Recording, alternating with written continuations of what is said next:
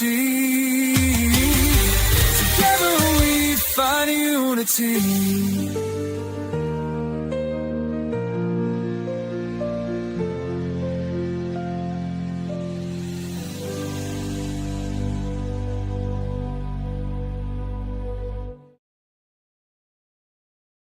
Let me make a comment about the song real quick. We try to find unity, but sometimes the left side doesn't agree with us or cooperate with that. But That's right. we try to tell them what the right thing to do is. So, welcome to this edition of Red, White, and True with Ed and Ronnie. Say hi, Ronnie.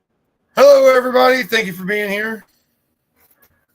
Well, we got a lot of stuff to talk about. We've got major issues that are going on in the country. I don't even know if either one of us have anything on some of the major things that are going to come up. Ronnie, did you have anything on Trump and Putin in Alaska later in the week? Not yet. I heard about it. Originally, Trump said he was going to Alaska, to Russia. That's not the case now. Now they're meeting in Alaska somewhere. It's still kind of in the works and the talks, and we'll figure out more later on. Yep. So that's huge in the news.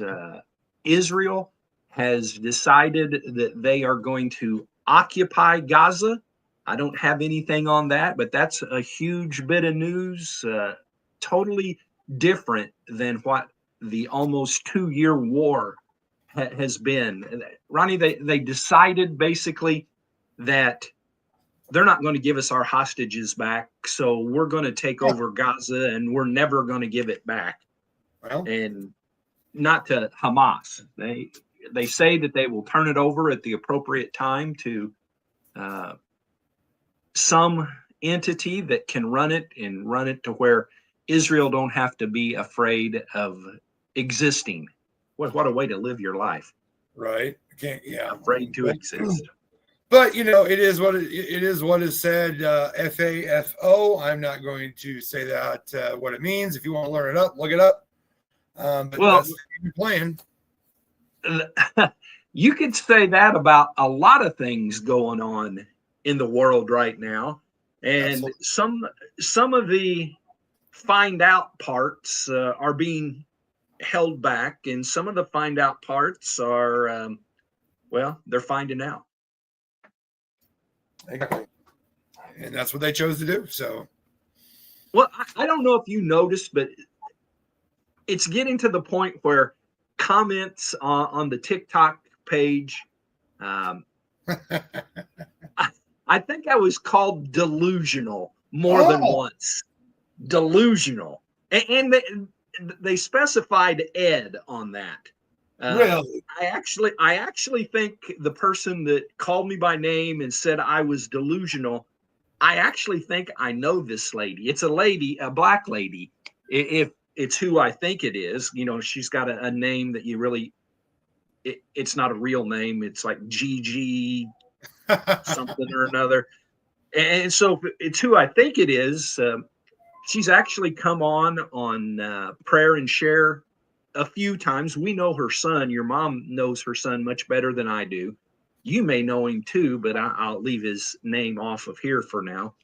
But yeah, about the DC takeover, I'm delusional. Delusional, gotcha. Well, we will see tonight. I'm not delusional though, am I? Well, I don't think anybody called you out by name. Woo-hoo! The brains behind Red, White, and True, right here. Now, see, I consider it a badge of courage to be called delusional and things of sorts.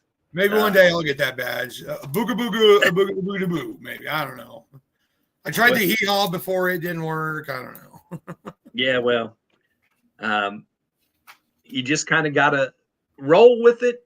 It'll happen.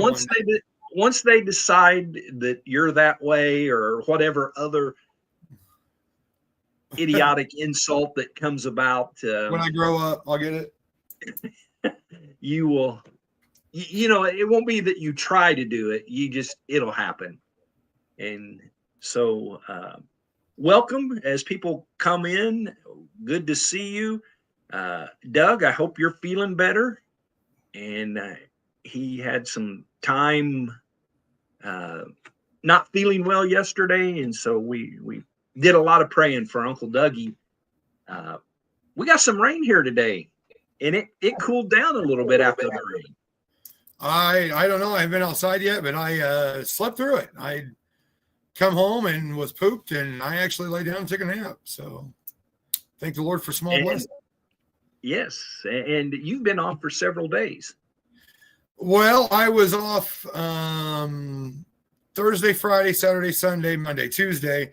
But Thursday, Friday, Saturday, Sunday, I was still on call, so I had to deal with that. But I go back to work tomorrow and back to saving the world from puppies and kitties. And back to your regular schedule, so you're not Yes. kind of like out of sorts, you know. Yeah, I did it because Drum Corps International World Finals were last week, and I watched probably 60 hours of marching bands. So I'm happy about that.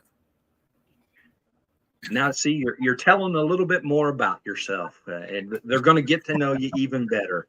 They probably knew that you were a drummer, but they probably didn't know that you were hardcore drum corps. Oh, absolutely, absolutely. We watched me. Tell them about what? Tell them who won. Boston Crusaders for the first time in 75 years. My little girl, she watched with me. She's got all the information. So as in the city of Boston? Yes, Boston Crusaders. Yep, they're from Boston, Massachusetts. Well, congratulations to the Boston Crusaders. It was so funny because at one point Boston wasn't winning, and I didn't like their show in the beginning. I was like, "Damn it, Boston!" And about it, and I'm like, "Oh, sorry, Pop, didn't mean you." That's what everybody that heard it too. They just thought you was all over my case, which is not the case. So if your ears were tingling about Thursday, I apologize. Yeah, that's all right. They tingle fairly regularly because, you know, people talk about me. Yeah. That's okay. Trolls. Sometimes it's good. Yeah. Sometimes it's good. Right. Because the funny thing is about all I did was I put up they have a way on TikTok that you can post a meme that they make for you. You just give them the words, and then you just put music with it, and it plays like a regular TikTok. And that's what I did.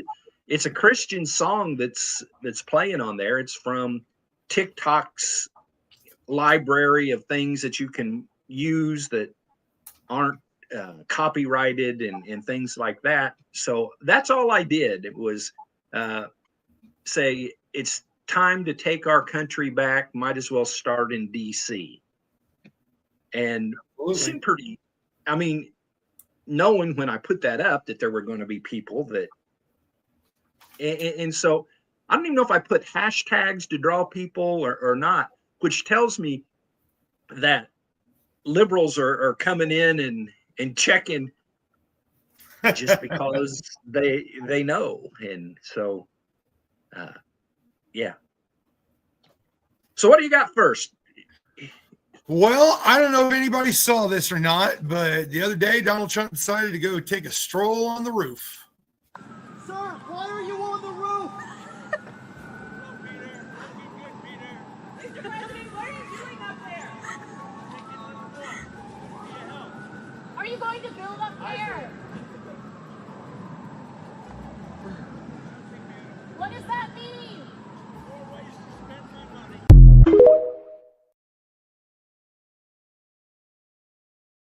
More ways to spend my money, he says. And I'm sure liberals went nuts saying it's not his money that he's spending, it's our money. Yeah, But right. With him, you never know. He didn't he just recently get his first quarter pay that he donates? Yeah, he donated. I don't recall who it was. Do you remember? Give me a second. We'll have it. My secretary's at work. Yeah, I don't remember seeing who it was, but it's always kind of interesting that he donates every penny of his salary. Yes. And nobody says anything good about that Of except course not. maybe our side. Anything yet? I know it was something to do with veterans and the homeless, I think. It was to do with veterans. I did see it, but I don't remember exactly. Oh, I guess probably the topic of the day would be TDS and exactly how much they show their Trump derangement syndrome. It'll be a recurring topic today. So what do you got? another part of it was the White House Historical Association. Okay. So veterans and the White House Historical Association. Yes.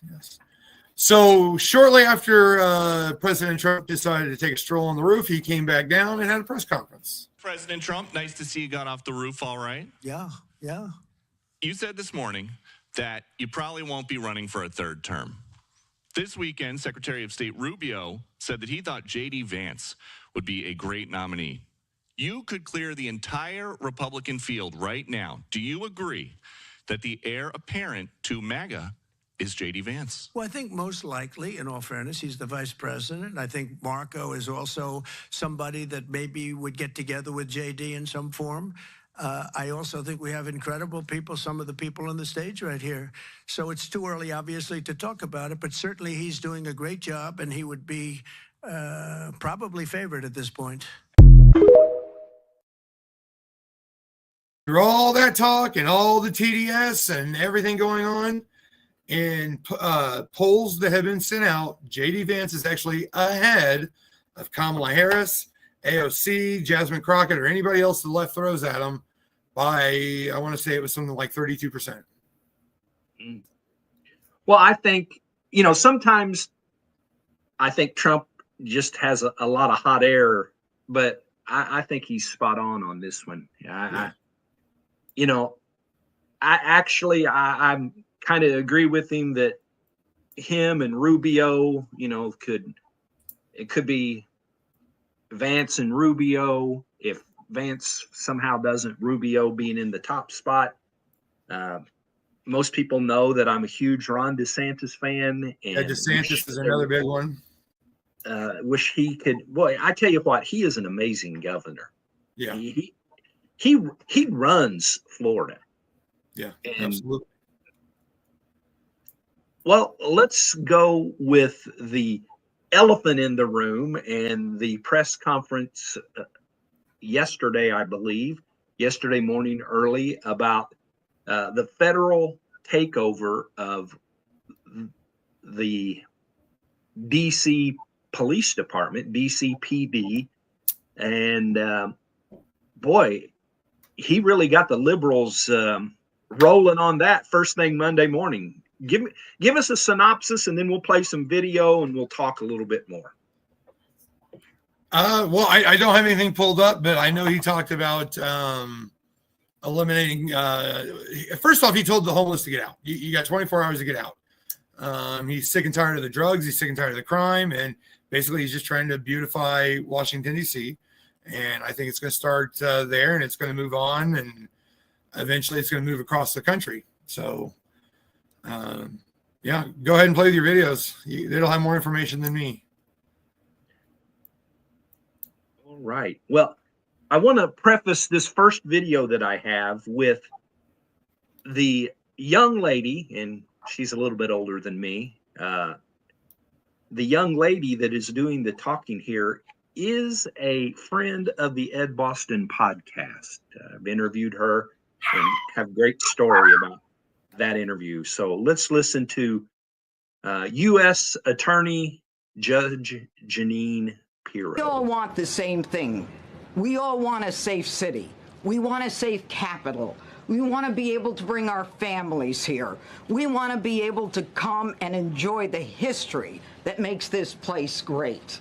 And unfortunately, we are not in that position right now. And Mr. President, I want to thank you for taking the step that we need right now to make criminals understand that they are not going to get away with it anymore. And I'm not going to stand here and go over and over the cases. But what I can tell you is this. I see too much violent crime being committed by young punks who think that they can get together in gangs and crews and beat the hell out of you or anyone else. They don't care where they are. They can be in DuPont Circle, but they know that we can't touch them. Why? Because the laws are weak. I can't touch you if you're 14, 15, 16, 17 years old and you have a gun. I convict someone of shooting another person with an illegal gun on a public bus in the chest. Intent to kill? I convict him. And you know what the judge gives him? Probation. Says you should go to college. We need to go after the D.C. Council and their absurd laws. We need to get rid of this concept of, no cash bail. We need to recognize that the people who matter are the law-abiding citizens. And it starts today. But it's not going to end today, because the president is going to do everything we need to do to make sure that these emboldened criminals understand we see you, we're watching you, and we're going to change the law to catch you. And my final note is this. These kids understand that the jurisdiction is through the state attorney general, Brian Schwab. I did a poster of the young man from Doge who was beaten bloody with a severe concussion, a broken nose. And then I did a poster of what happens to those kids, because I can't arrest them, I can't prosecute them. They go to family court, and they get to do yoga and arts and crafts.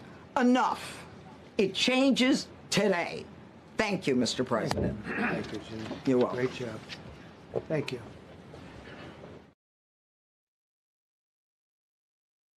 She just don't mess around, does she?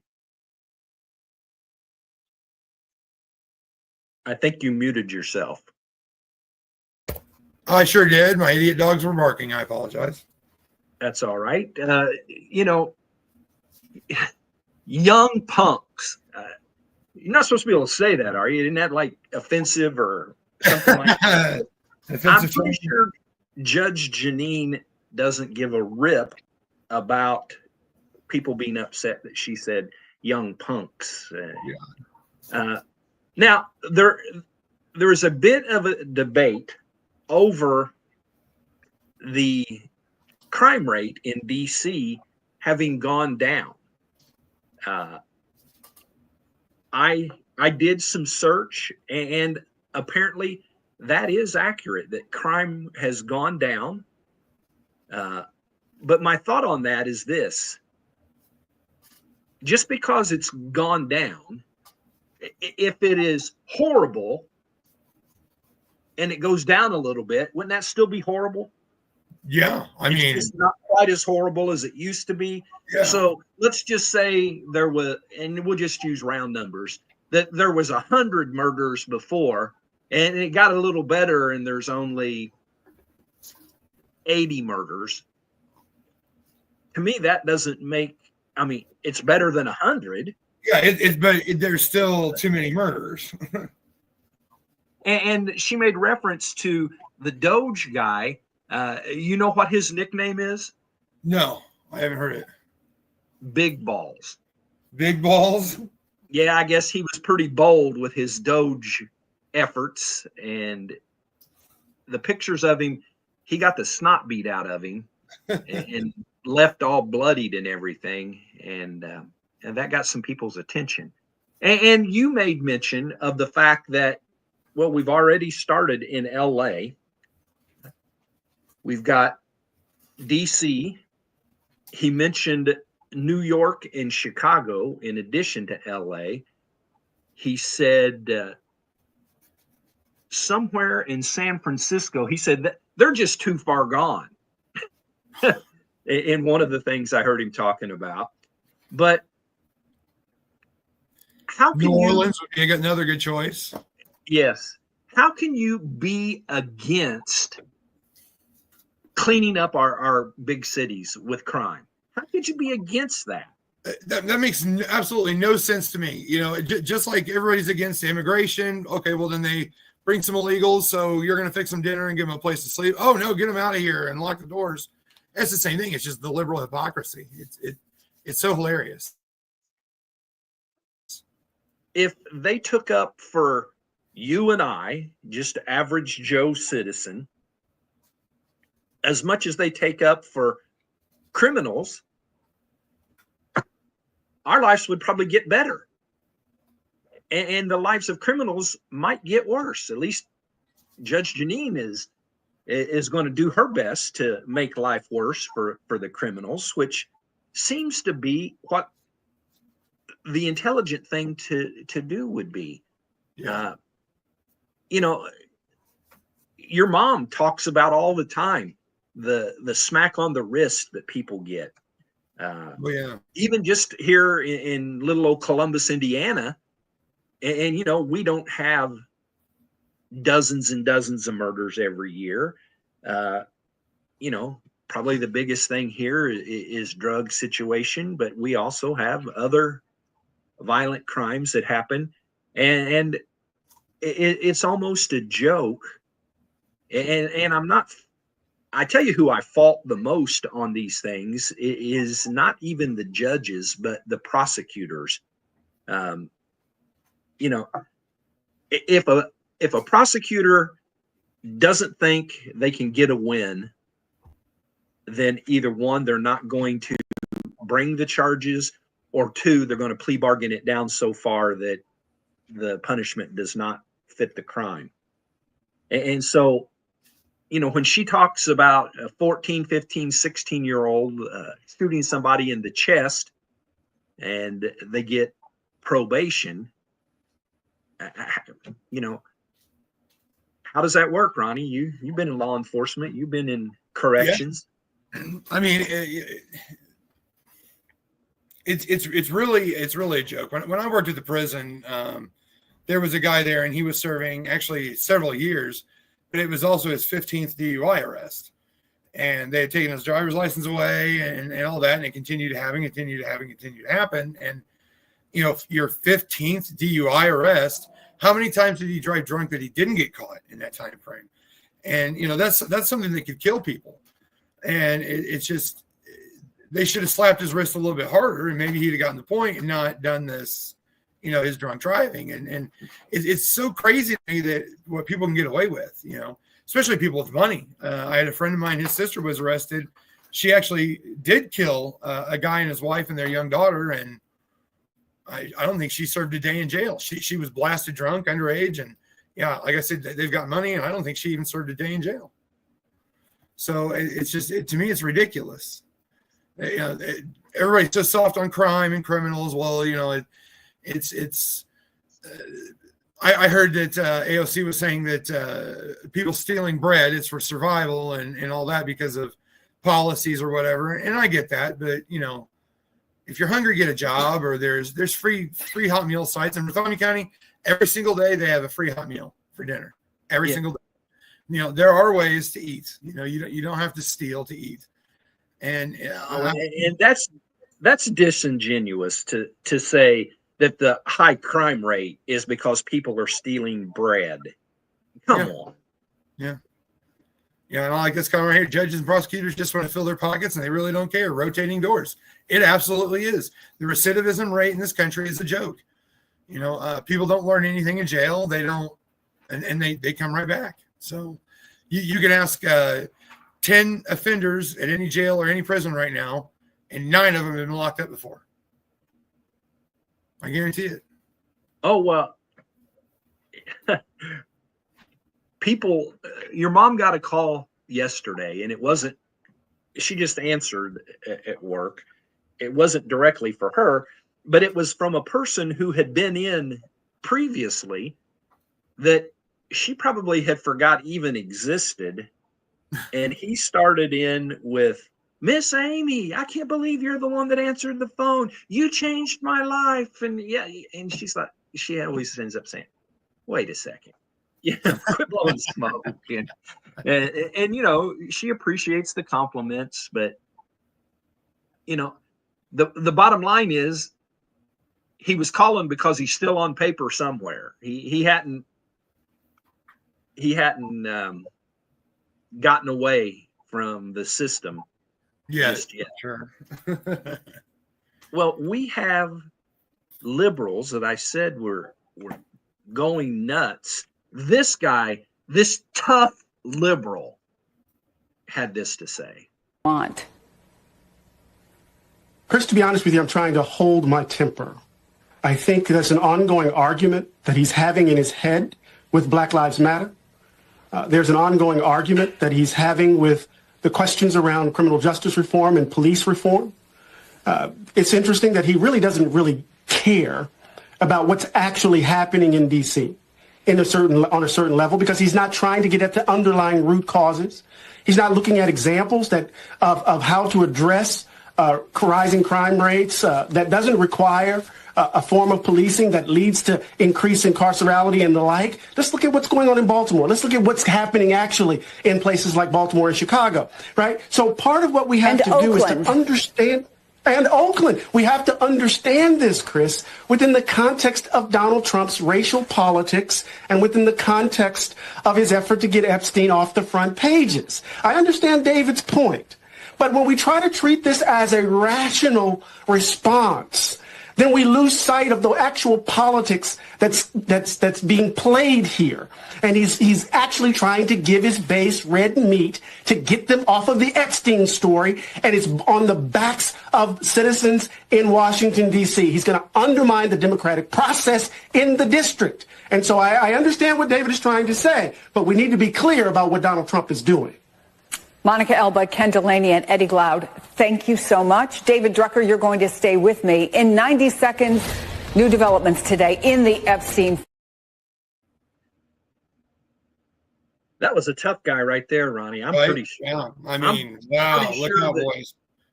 Anybody that was listening to that is conservative was certainly glad he was holding his anger. Yeah, wow. I'm scared. Notice that I know that basically every group in the world, whether it be a club, a sports team, politicians, they all have their talking points about what they believe and how they feel.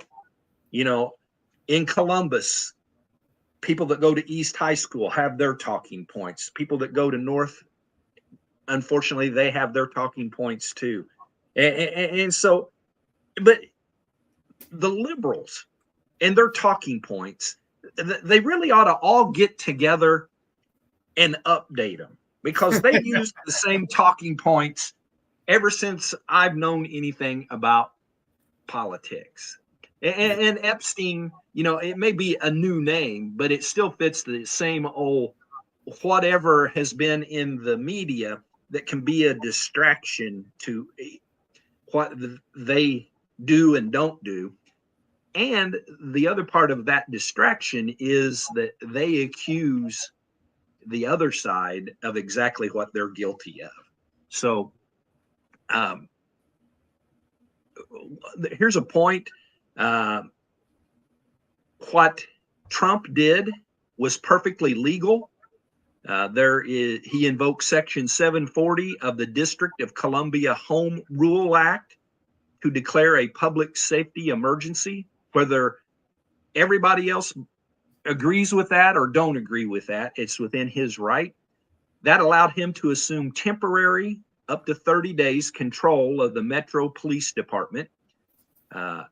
He's going to deploy 800 National Guard troops with about 100 to 200 on duty at any given time. He reassigned dozens of federal agents from the FBI, the DEA, ATF, U.S. Marshals, and Park Police to patrol under Department of Justice supervision via Pam Bondi. Section 740 says that the D.C. Home Rule Act of 1973 permits federal takeover if the president determines an emergency exists. He must notify Congress and the committees that are part of that within 48 hours. And if it's to continue past 30 days, Congress must give its approval. So all of the people that are saying it's unconstitutional, I don't know if everybody realizes Washington, D.C., the District of Columbia, is governed in a way that no other parcel of land in our entire country is governed. It is not a part of any state. It borders Maryland and it borders Virginia, but it is under the control of neither of those. Now, many of the suburbs are, but the actual District of Columbia is under federal control. They have allowed there to be local government in DC, but the bottom line is the federal government has the bottom line say in Washington, D.C. And I think a lot of people skip over that part because they do have a mayor, they do have a city council or whatever their version of that is. And, you know, they're not a state. They're not a state. They're a completely different entity. And they don't go by the same rules. I mean, by and large, they do. I mean, the Constitution still applies to them, but their form of government isn't the same as every other city and town in the country. So it's a big deal. I've talked to people who aren't huge Trump fans that are in favor of taking over in the big cities. And again, DC's different, but what happened in LA and sending in National Guard and all, that stupid liberal that was, you know, mad and holding his temper talked about the changes in Chicago. Are you kidding me? Chicago is still one of the most dangerous places in the world. Absolutely. And so whatever it takes to get Chicago under control, we have gone too long with people thinking that you just have to live with high crime in big cities. I mean, you know, we hear things about Indianapolis and compared to DC and LA and New York and Chicago, Indianapolis is small compared to them. Yeah. I think New York's about 6 times bigger than Indianapolis. And I mean, we can tell you recent stories of young people taking over parts of Indianapolis at different times. There's hardly a day that goes by that there isn't a murder or multiple murders. And so the whole thought process is that there's nothing we can do about that. It needs to be thrown out the window. And that's exactly what Trump and everybody on that stage. You got something on Pete Hegseth? Yeah, it's actually him talking about the military. Well, he obviously, with the National Guard being in charge, I mean, being activated, so he's got a part in with that. And man, he's doing an amazing job. Go ahead and play what you got on Pete. Well, here's what I got. I believe he's answering questions about the takeovers. Have you given the order to be able to shoot at unarmed protesters in any way?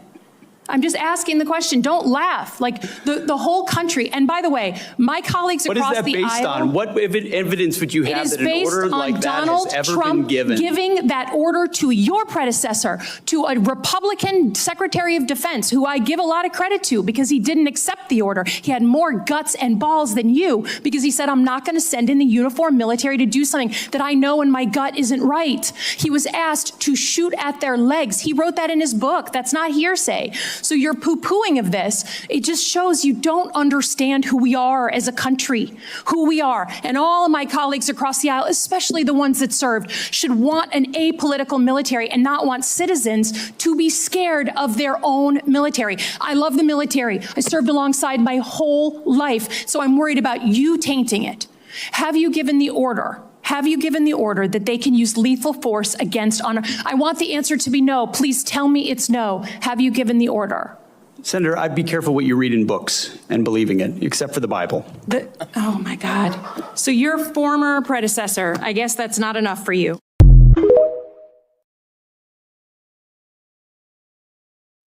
Another mic drop brought to you by Pete Hegseth. You know, Wow. a lot of what I've seen as far as the left complaining about this is the homeless.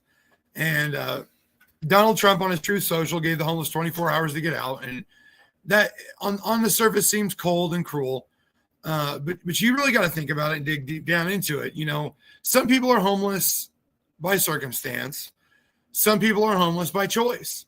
The people that are homeless by choice, you know, you got to look at what they leave at various campsites: used needles, condoms, liquor bottles, human feces, all this kind of thing. And to me, those type of people, I don't think should be forced into living, you know, into a home because they choose not to because of substance abuse or whatever.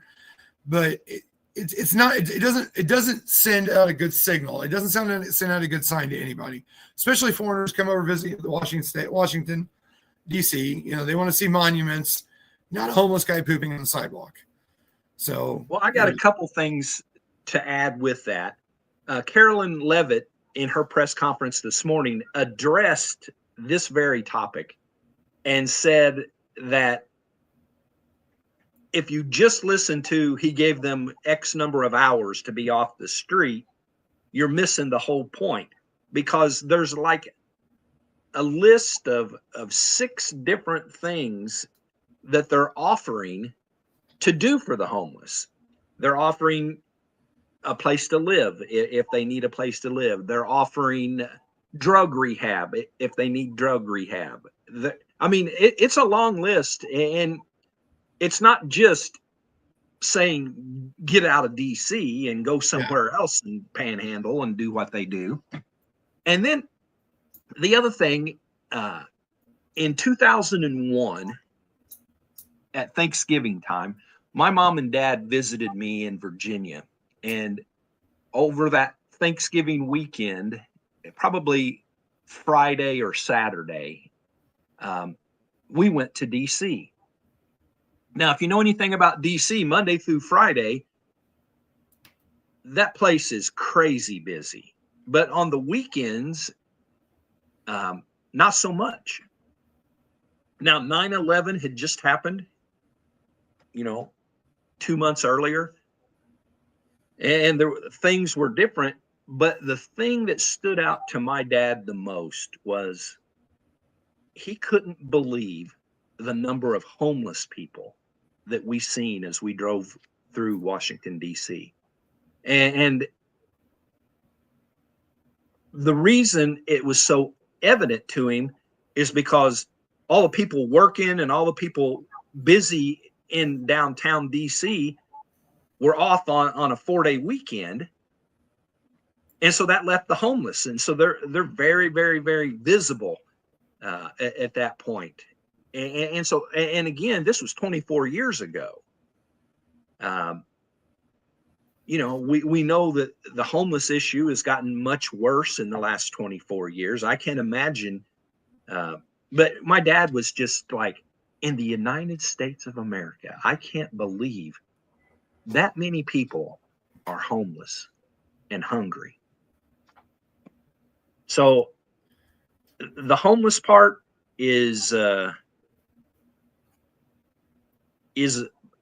bad, but there are things that can be done, probably other than putting them in high-rise hotels like they did in New York City, at the expense of the local folks. And there's something that can be done than to stick them in jail as well. The 6 things.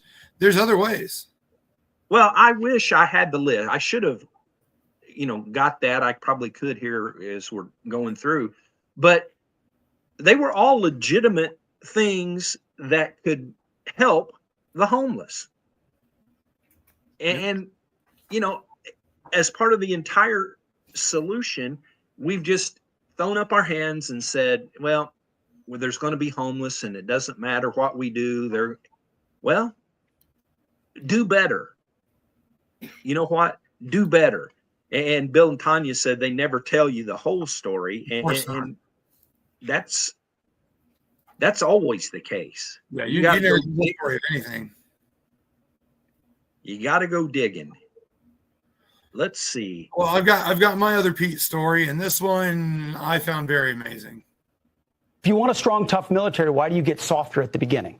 The tactics drill sergeants used in the 70s, 80s, and 90s, they forged generations of young Americans who went and fought wars courageously. Now we're handing out, in the past, we're handing out stress cards. Are you too stressed?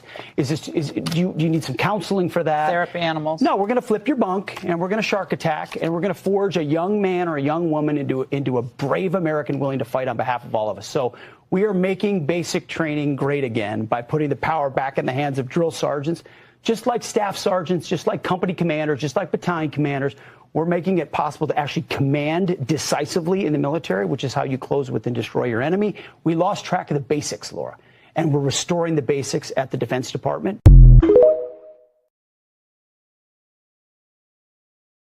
So I know a few years ago they instituted the stress cards, and if a recruit was too stressed out, they could present the card, and the drill sergeants were to back off.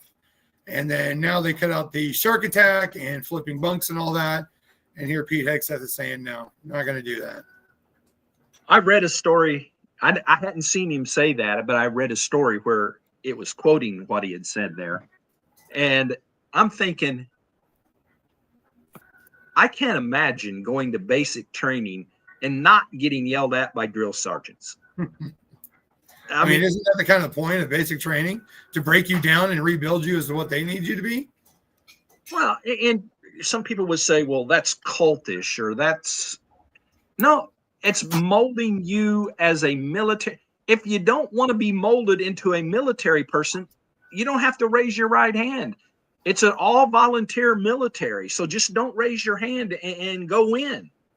But you should know going in that they're going to get in your face and they're going to train you the way you need to be trained, not the way you want to be trained, but the way you need to be trained to be effective as a military personnel.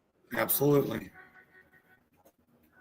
So, and I never heard it called shark attack like that, but that's a perfect description of what they do. Oh, they do this and they get in your face, and that's the shark attack. Yeah, and it's such a perfect description. I remember my very first, the first 3 days that I was at Fort Dix, I was in the reception station, and that's where you get all of your things issued to you, all your uniforms, you get your shots, you get, they start with the things that you have to have. And at the end of day 3 or sometime on day 3, the drill sergeant showed up. Now, most places on Fort Dix, they had to get in buses and be shipped to their barracks. Ours was very close to the reception center. So the drill sergeant showed up and marched us over. And oh my goodness, I got called names that I didn't even know existed. Here I am. Trust me, Columbus, Indiana is a very small place. And when you look at the grand scheme of things, and oh my goodness, they were making people dry shave on the sidewalk. This one guy, he was Asian and he had a mole and it had a big old long hair coming out of it, and they made him dry shave that mole. I mean, oh my goodness. I love this comment. It's not about how you can eat milk, cookies, milk. Yeah. So the drill sergeants aren't there to tuck you in at night? Shoot. I thought that's what their job was. And let me just say this. When I was in, they weren't as rough as they were previously. They had actually calmed down a little bit by the time I got in. We weren't at wartime when I was in. But trust me, you didn't want to cross the drill sergeant. You didn't have no stress card. Your stress card was if you Well, you just didn't have one. There was no such thing. Can you imagine a drill sergeant prior to this, when the shark attack was okay, if somebody said, "I'm stressed out, you need to leave me alone." Oh my Lord. Oh, I pity that guy. Yeah. Well, I got something that'll make you smile real quick. I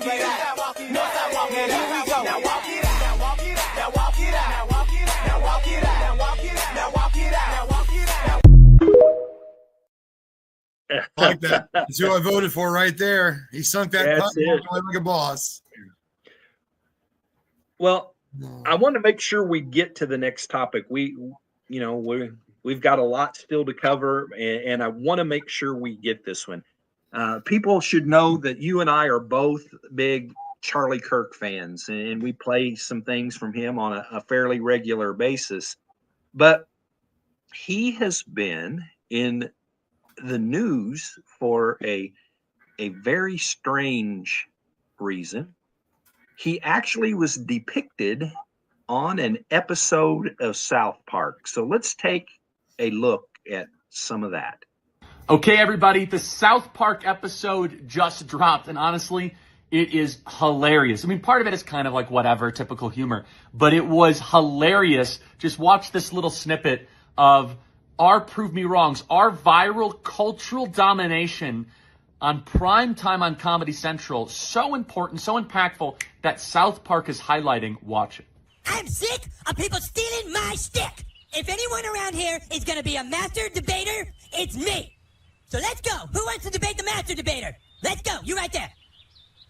That's the stupidest haircut I've ever seen. You are wrong. Leviticus 3:17 says it shall be a perpetual statute for your generations throughout all your dwellings. So you can shut up, baby. You just hate America and you love abortions. Not only that, but Jeremiah 1:5, I made you in the womb. South Park gets this right. In fact, I think they've been watching a lot of Charlie Kirk videos. Watch. Oh my God, what makes you think you have the right to say what I do with my body? Let me ask you something. If a pregnant woman is killed and the baby dies too, why is the killer charged with a double homicide? Well, because people have different beliefs. It's not about belief, it's about truth. Science confirms life begins at conception. So yes, Jeremiah 1:5 says, before I formed you in the womb, I knew you. But it's just morality that demands we protect the most vulnerable. And we got our own award show as part of South Park. I was told going in, Charlie, if they say your name, that's a big win.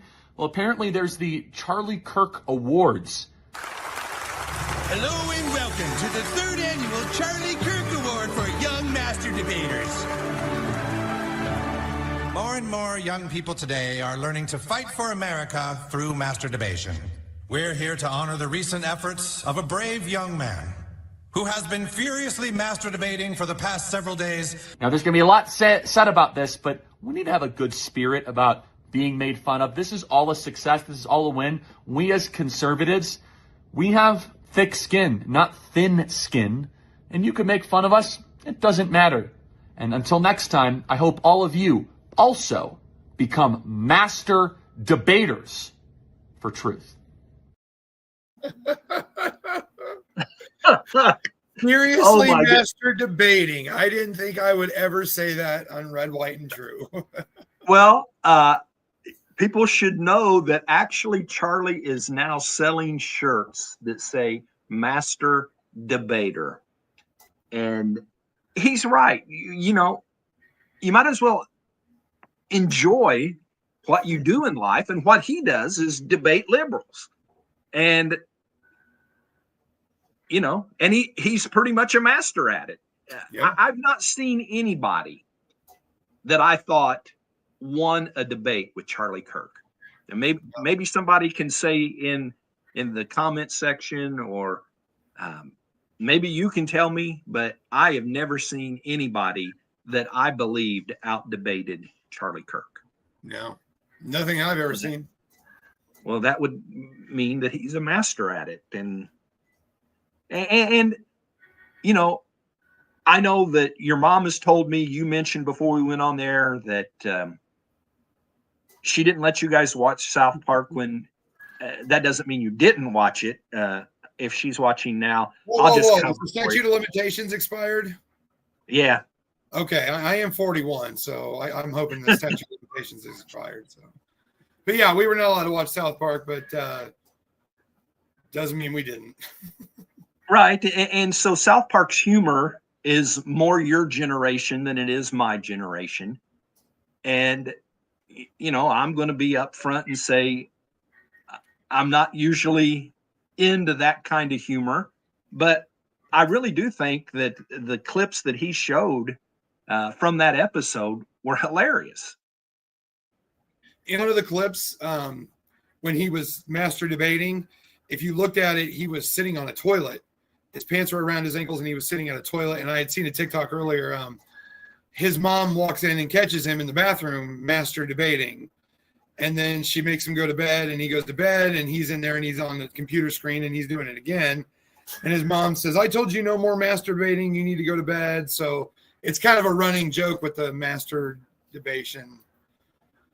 So, yeah, that's the South Park humor about it. And I love that Charlie Kirk thinks it's funny. Yeah, absolutely. Because that means that the left isn't getting to use that for their benefit. And he took it away from them. He took it away from them. He just snatched it right out of their hands and him selling T-shirts. We're going to see T-shirts out there that say Master Debater. As a matter of fact, Ronnie, you had a suggestion for us. Yes. Red, white, and true on the front, the American flag, maybe Donald Trump, and on the back in big bold letters, Master Debaters. So maybe people can put their thoughts in the comments and about Ronnie's T-shirt design. Maybe somebody'd want to fund that for us, and we go. There we go. Yeah. Yeah, we could have red, white, and true Master Debater shirts that we could make available to other people. Oh no! Tugging and tugging at getting the truth. Oh, we better move right on before this gets. I am so sorry.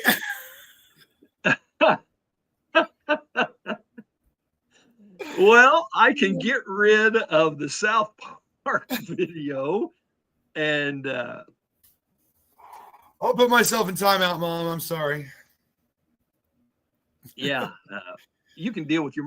I covered for you on the other part, yeah. But may have to deal with that other part yourself. Well, I know you're the Jasmine Crockett person, but I have a clip here, and I think you've got something. So let's move into Crockett country. I don't care how many black MAGA out there with their hats. I want to be clear when we look at who it is that he's kicking out of this country as people of color. This is a person that has a problem with people of color, period. No. President Trump is doing a great job, better than any Republican that is modern history when it comes to black men. The Democratic Party has done a very good job of bringing up racism a lot. And I'm going to tell you something. Byron and I aren't slaves, and nobody that's living today is a slave owner. We have moved on. Ain't nobody stopping a black man from voting in the United States of America. It ain't happening. And the idea that we are sitting here right now from majority white districts, the both of us, as strong black men, is supposed to tell you that we are living Dr. Martin Luther King's dream. We are literally being judged not by the color of our skin, but by the content of our character. So stop that. So what's in the best interest of our families from a policy standpoint? Easy is the Republican Party. And if you always do what you've always done, which is voting for Democrats, you're going to always be where you've always been. Right. More inflation and not getting ahead and wondering why things aren't working out.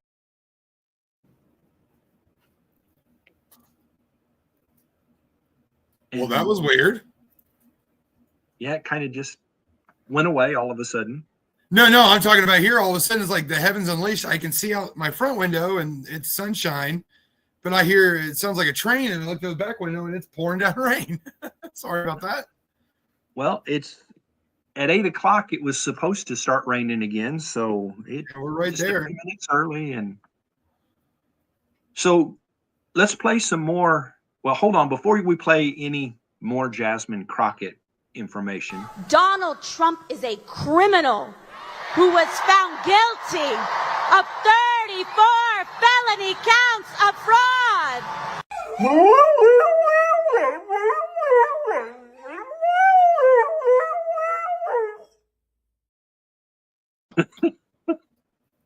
And if anyone's interested, at the Bartholomew County Humane Society, there's a dog that looks identical to that. I love watching your response. Every time that comes up, you crack up. Even before you worked at animal control. Yeah. So if anybody wants a dog just like that, there's one there. So speaking of animal control, real quick, I want to share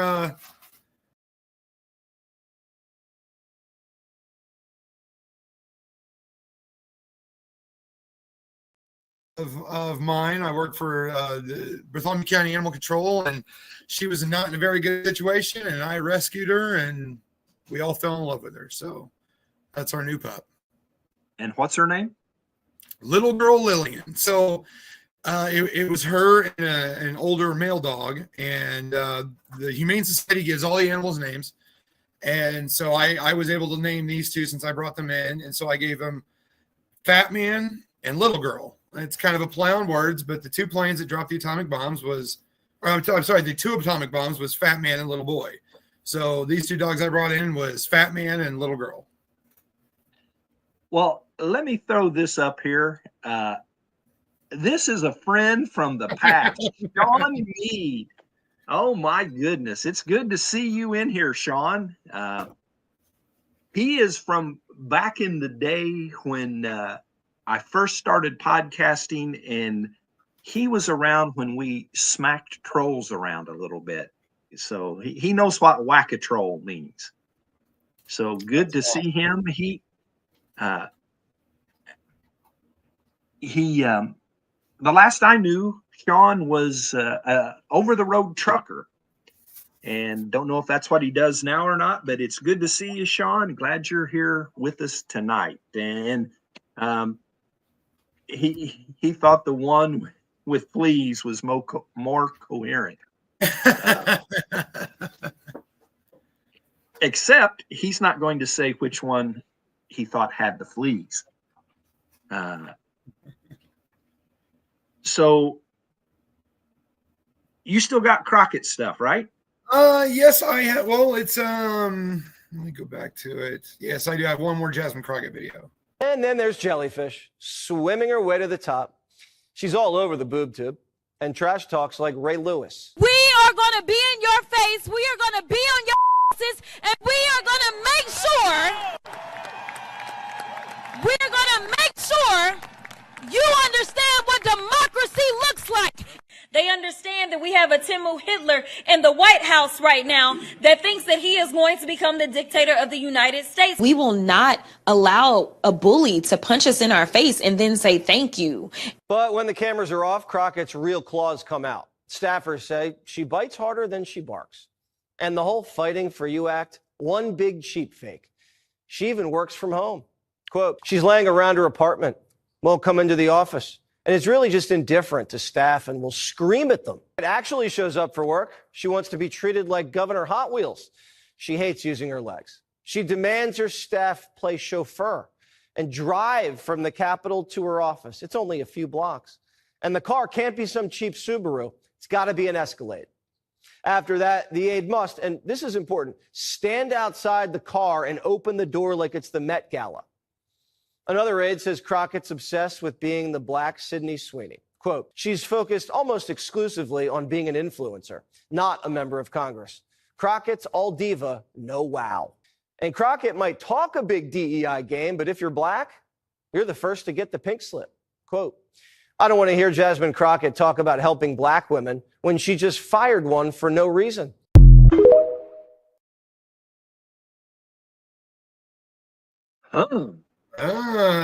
Not this nice, wonderful fighter for black women's rights as she seems. Well, I read the story about some of her ex-staff, and her response to that was, it was racist. I'm thinking, so you hired these people, they worked for you, and they're racist? You hired them. You Right. didn't do any vetting, any background check, anything at all. So you hired a bunch of racists. Yeah, pretty much. I'm thinking that's probably not the case of what happened. And she's not the first member of Congress that played the diva card and thinks that she's more important than she is and that she's smarter than everybody else. And well, and Trump again brought up the intelligence test, Yeah. So there's no love there between those two. no. And Jesse Waters said she doesn't use her legs like Governor Abbott. Well, he said Governor Hot Wheels. Well, hey, that's what he started, and then he said Abbott, and oh my goodness, that's good stuff. Hold on, any trolls that may be here. Yeah, you know who needs to shut up? Ed and Ronnie and that red, white, and true bullcrap. Okay, time for you to go, troll. I was getting excited there for a minute. Do we have a troll on board? No, I don't think we have any none that's been visible. I love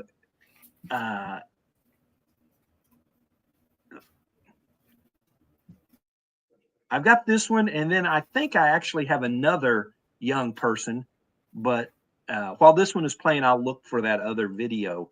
But I love when young folks understand conservatism, being patriotic, and this is a good one right here. I'll say something real quick. These people, my parents are from Cuba, and when we saw them marching in, we recognized a chant that was something that the communists actually used when Fidel Castro was getting into power, which is a united people will never be destroyed. And that is one of the most communist chants in the whole world. These people don't know what they're asking for. They're asking for communism. They're asking for our country to be destroyed. One of the most amazing nation in the world to be destroyed because they don't know what America really means. They don't know what freedom really means, and they take it for advantage. And that's something that I'm really against, and which everyone that sees these things notice immediately that's always the same people. People who hate America, people who feel disgust for America, and we just can't have that. And we have to notice something. This is our next generation. If we leave this to be our next representatives, next presidents, next senators, we're destroyed as a nation because that can't get to government. That can't get to government because if not, we don't have a nation anymore. Yeah. How old are you, by the way? I just turned 14 2 days ago. 14. Jeez Louise. Good parents, man. Tell me your name, and you got social media people can follow you? Yes. So my name is Daniel Ferrer. You can find me on Instagram as Daniel_Ferrer, Ferrer. 2011. You can find me on TikTok as Real Daniel Ferrer, same last name. So really, thank you so much. And these people don't know what they're asking for. Yeah. Hey, and if America, if we get more Daniels and less Zazers, we'll be in a better position. But you got to stop the Zazer army from taking over this country. Amen. 100%. You got it, brother. Wow. And liberals hate that because they hate it when us adults are that way. Yeah. And well, they hate it when kids are that way because they've done everything they can to change kids' views to vote for the left. Well, I thought I had downloaded. Apparently, I didn't. I just looked in my files. It was actually at a Charlie Kirk rally, and I think the girl was 11. No, it's on here. Is it? Yeah, it's down here at the bottom. It's right here at the bottom. I'll play it. Yes. Thank you. Yes. Yes, ma'am. How are you? Good. How are you? What's your name? Dakota. Nice to meet you, Dakota. How old are you? I'm 11. Amazing. Give it up for Dakota being here today. So, I'm pro-life. I'm a fiscal conservative. And I know I want to get into politics when I grow up. I don't want to get into massive debt for a political science degree. What concrete steps can I take now in order to achieve the goal of doing my part to make America great again? Well, great. You should go to Hillsdale College, America's greatest college, and start studying now. Start taking classes, reading books. You have to be in charge of your own education, and the fact you're thinking like this at 11 is a great sign. God bless you, and the future is very bright. Thank you. Do you want a hat?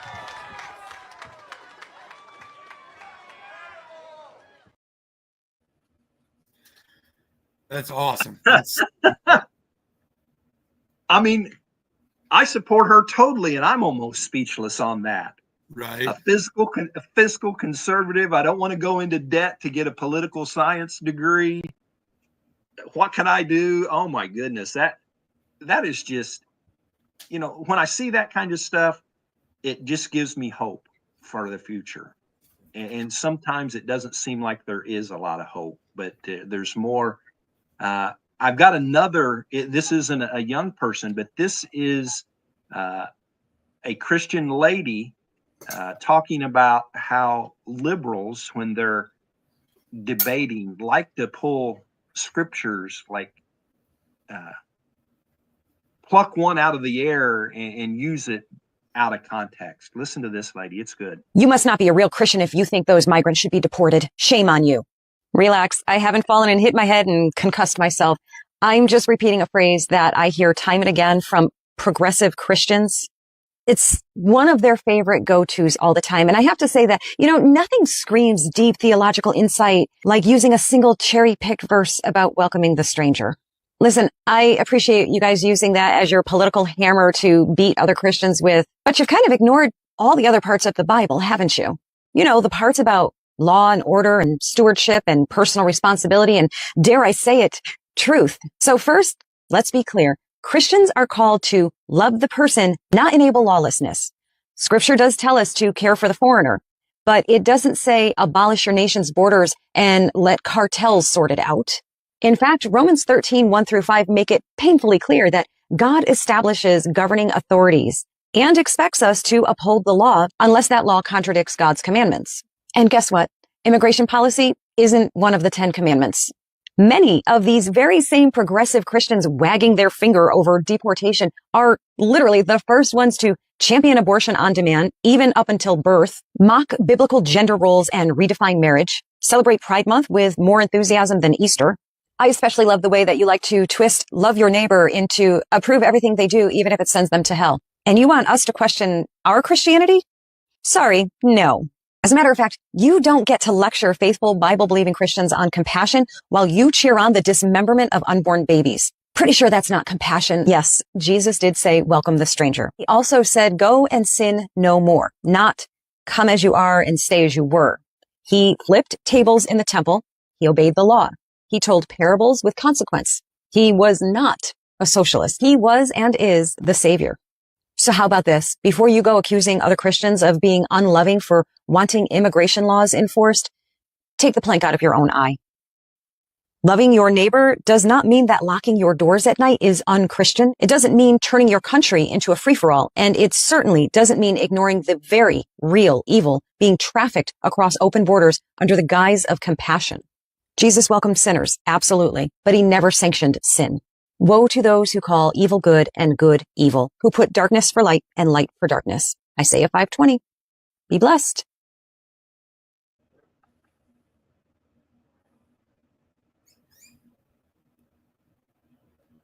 What she said. Wow. I like it. So that's 3 in a row. A little boy, 14-year-old that is a Cuban immigrant, an 11-year-old fiscal conservative, and a Christian lady that just slammed progressive Christianity back to back to back. For sure. So I've pretty well run mine, so it's your turn to.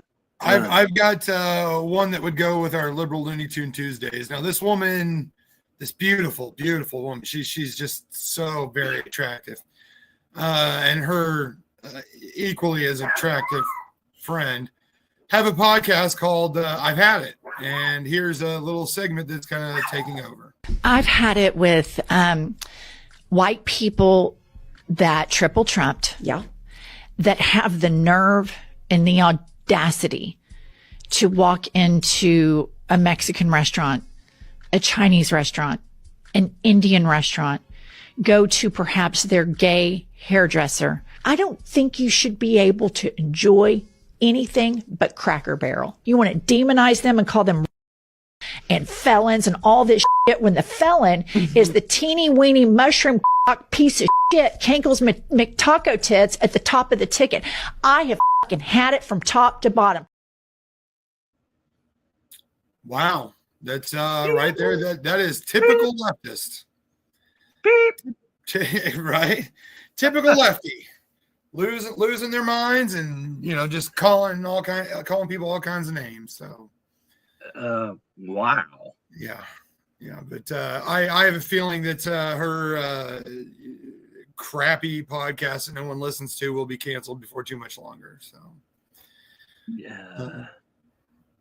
And then I've got one more video of Donald Trump being asked a question about the classification of marijuana. There's reporting that the administration is going to reclassify marijuana. Would that send mixed messages that if marijuana is okay, some drugs are okay, but we're trying to clean up crime? How do they go hand in hand? We're only looking at that. That's early, but you know, somebody reported it, which is fine. We're looking at it. Some people like it, some people hate it. Some people hate the whole concept of marijuana because if it does bad for the children, it does bad for people that are older than children. But we're looking at reclassification, and we'll make a determination over the next few weeks. And that determination hopefully will be the right one. It's a very complicated subject, the subject of marijuana. I've heard great things having to do with medical, and I've had bad things having to do with just about everything else. But medical and for pain and various things, I've heard some pretty good things, but for other things, I've heard some pretty bad things.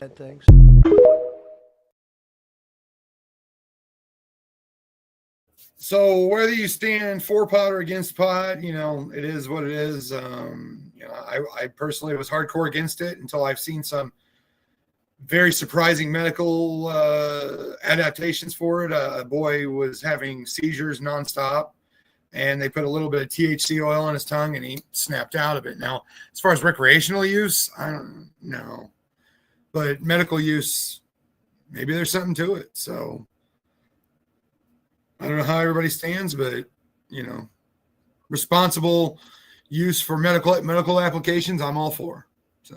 Well, it didn't sound like his mind was made up either way, which for him, usually before he talks about something, he's already got a set opinion on it. Yeah. As he kind of made reference to, he probably wasn't quite ready to talk about that yet. Somebody probably leaked. We each have a Christian-related video left that we'll play. We didn't get into Russiagate at all, which is a huge topic right now.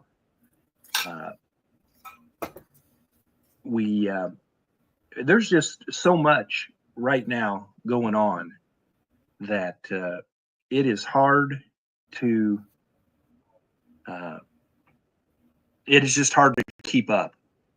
And so you've got one of the Sea of Galilee turning red. Yes. Go ahead and play that, and we'll look at some info.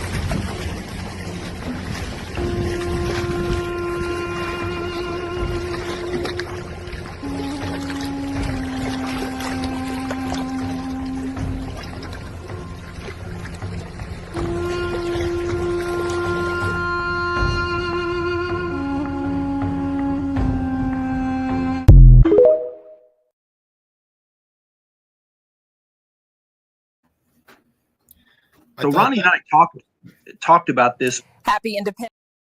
Sorry, ignoring button. We talked about it beforehand. I wanted to double check to see if there was any end times references about that. And there is not. It's not an end times topic. But what it is, some people wonder if it was if it was making reference to the plagues that Pharaoh went through and the Egyptians went through when the Nile turned to blood. So some people were looking at that as an omen or a spiritual message. However, there is actually scientific reasons why that is the case. It was caused by an algal bloom, and what the specific microalgae is, not even going to try to pronounce it, but it produces red pigments, and when it is hit by intense sunlight, it gives the water the red blood appearance. So there is a way to explain it, at least science-wise, but you just don't know when God is trying to talk with us or show us something. And so, even though you can explain it away, I wouldn't totally put it out of God trying to tell us something. And with that, it's kind of interesting. I've been getting a lot of Savannah Banana videos and pictures and different things. My favorite baseball team, St. Louis, the Savannah Bananas, were at Busch Stadium a couple of weeks ago when St. Louis was out on a road trip, and they played there. One of my favorite players ever, Adam Wainwright, actually put on the yellow uniform and pitched. He's a retired baseball player, and he pitched an inning, I think, for them. And so I've been seeing a lot of that, and you kind of look at that as totally against what traditional baseball is all about, and us hardcore people that want baseball to be the same as it's always been, and I fully admit that. And I don't even understand why I like the Savannah Bananas, other than they are very entertaining. And I have to agree. I love all their videos. and the more you read about them, it costs like $35 to get into a game, and that includes your admission and all of your refreshments. And you know that refreshments usually end up running you as much or more than the cost of getting in at a major league sports event. So when you turn that into looking at entertainment that is family friendly, cost effective, and they have a lot of Christian backings. They have most of them that play are Christian men, and it's an amazing story. I'd encourage you to look into it. But then you think about major league athletes, and they're all millionaires, multimillionaires, and some athletes make 30 to 50 million a year.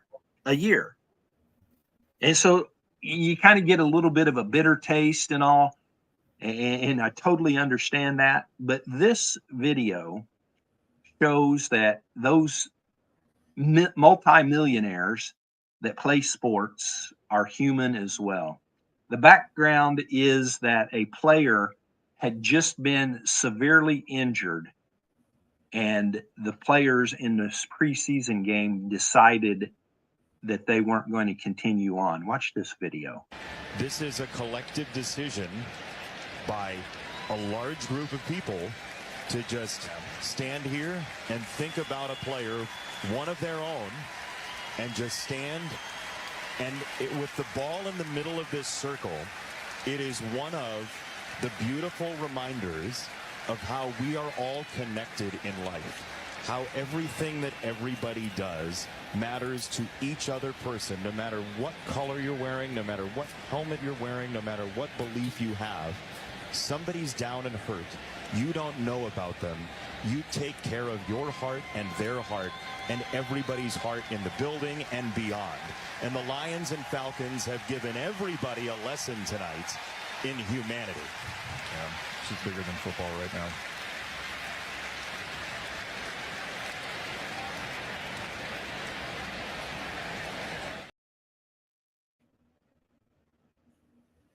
Now, some people might say, well, it was a preseason game and it didn't mean anything, and they wouldn't have done that during a regular season game. And I don't believe that. I don't believe that one bit. I believe that they would do that during a regular season game. I'd see people like that doing that during the Super Bowl. It, 30 million or 30,000. We're all putting our pants on the same way. We all serve the same risen Savior, if that's what we choose to do. And I had a good time tonight, Ronnie. This has been a fun one. Yeah, I sure did too. We got anything else, or we get it all covered? Got it all covered from my end. Well, there is an outro video, and it is actually with another football player. He's retired, but was well known. His name is Ray Lewis. He was a very pompous, arrogant football player that was very, very confident in his ability.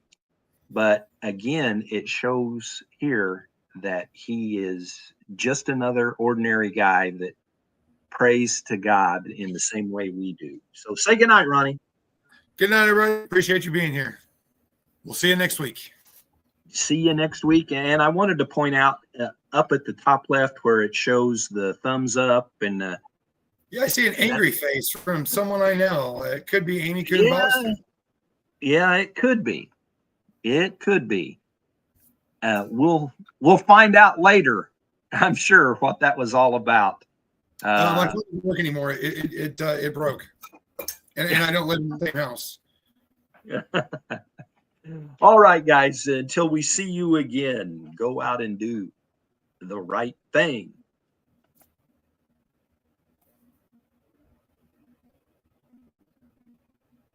I lost my faith. It's okay.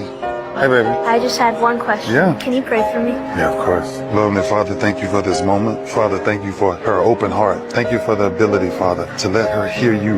Give her the choice to make you first in her life. Let us spend more time with you every day, meditating on your word day and night, Lord, just so she can find greater wisdom and better wisdom. No matter the confusions in her life, Father, the devil must flee. In your son, Jesus' name, we pray. Amen. Amen.